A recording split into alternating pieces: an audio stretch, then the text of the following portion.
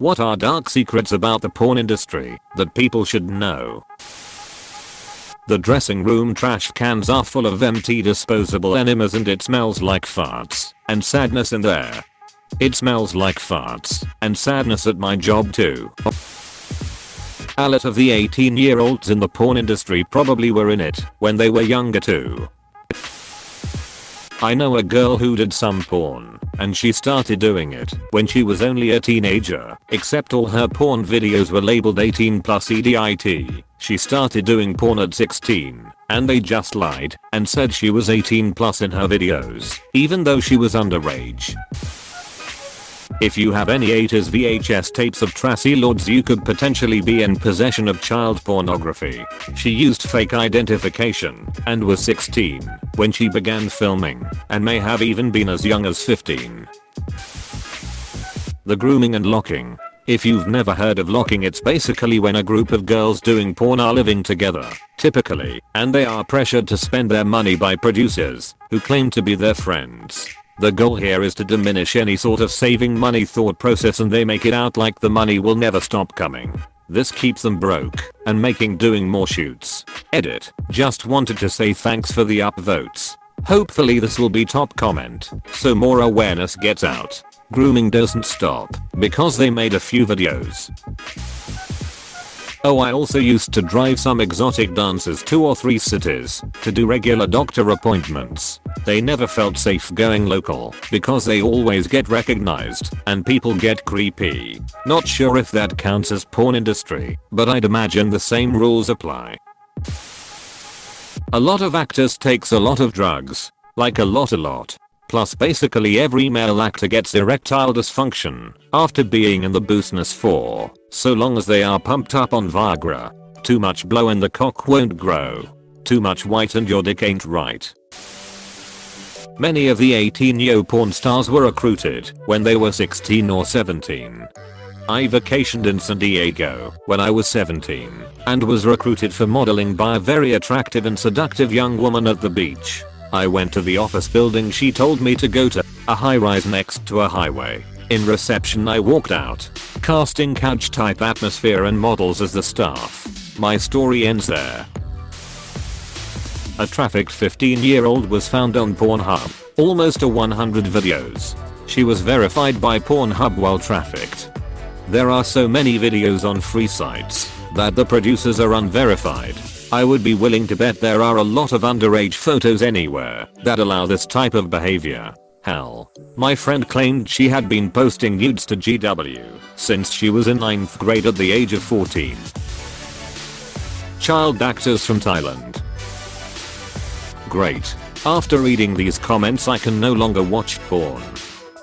Thanks boys. Hot Girls Wanted. Produced by Rashida Jones. Explores most of the seedy practices discussed in here. The whole tons of Viagra thing is absolutely true, and so is the bit about casting directors playing fast and loose with STDs. I have a friend that once turned down a shoot for a gay porn at a campground because none of the actors were required to be tested beforehand. A few of them ended up contracting HIV from that shoot. 1. Amateur/homemade 18Y/ovids are likely not 18. 2. The industry gives no shits about protecting minors. If it were legal they'd go as low as they could. See Japan. Color Climax. Tracy Lords. Tracy Lords' case is especially despicable due to all the hate she received. When it came out she was 16 in her vids and 14 in her pinups. As well as the fact that in 1987 they made a porn film about her sexual exploitation. 3. Pornhub specifically makes it especially difficult to get minors taken down from the site, even if you report multiple times. Several famous minors are actually recommended search terms. 4. Not really the industry, but whenever there's a high-profile rape in the news the victim's name becomes a popular search terms on all sites. Number 4 made me uncomfortable as duck. It was once legal in some countries to use children. Child porn was legal in Denmark until like 1980. It was still illegal to have sex, rape, with children, so the production of hardcore child porn was illegal, but the product itself was legal to own and sell. Today there is an archive of kiddie porn at the National Library that can be accessed by researchers with special permission. Imagine being the librarian in charge of that. So what do? Oh, I'm a kiddie porn curator. They recruit young women and teens from troubled homes or rebelling against their parents. They lure them in with money and the ability to live free and do what they want. All they have to do is some amateur porn. Once away from friends and family, they are put in a house with other young women in the industry and given a room. They bond and go to shoots or whatever. They get paid a lot and they love it. Some get hooked on drugs. Almost all have bad experiences. The person who owns the house they live in takes a cut of everything. It's all a bunch of teen girls, so it's not a very clean place. The turnover rate is astounding as well. It's a miracle essentially if you last longer than 4 months without a mental breakdown or going home and never returning. Edit. Not all girls/guys/people who go into porn amateur or otherwise come from bad homes. Though 40% of porn actresses report being molested as children. It's not indicative of the industry or the people employed within. Edit 2. I apologize for this edit, but as it seems to have slowed down, I'll make it now. Thank you for the gold, kind stranger. Never had it before, and that's pretty cool. Also didn't expect this to blow up. Now my top comment is about how the porn industry is predatory. At least it's a gold way to raise awareness. Some girls are tricked into filming the video. They're promised to do some modeling, and when they arrive they find out that it's more than just a few pictures. Porn is a big human trafficking industry. Nowhere near as rampant and dangerous as child trafficking, but it's still very active. Came to comment from personal experience. I'm not in the adult entertainment industry, but I booked a boudoir photo shoot a few years back to surprise my boyfriend, and I booked with this amazing photographer. I was raped during the photo shoot. A video recorder was on the entire time. That of course captured everything, and the video went to the black market. The photographer was actually deep into sex trafficking, but these traffic rings stay 100 steps ahead at all times. That the police investigation became cold very fast. A lot of the time child pornography slips through the cracks. More often than not, those girls that look 14 to 16 are actually within that age range, but nobody questions it because age checks don't happen often. So next time you're spanking your bacon to some petite flat-chested teen barely legal shit, think twice before you nut. That may be a child. Does it bother anyone else how abundant the teen and incest/step family content is on Pornhub? Edit. I'm not into those. They, mainly Pornhub, but most sites do it, turn a blind eye to human trafficking, because that brings in over 1/3 of their profits through these homemade videos. Also there was a petition to get Pornhub taken down for this. Not sure if it's been said yet, but the outdoor or public scenes require permits to shoot. 80% of the time their crew shows up with a police scanner and cheeses it before the cops show up. Edit. Yes folks, there's worse out there than evading paperwork filing costs in the porn industry.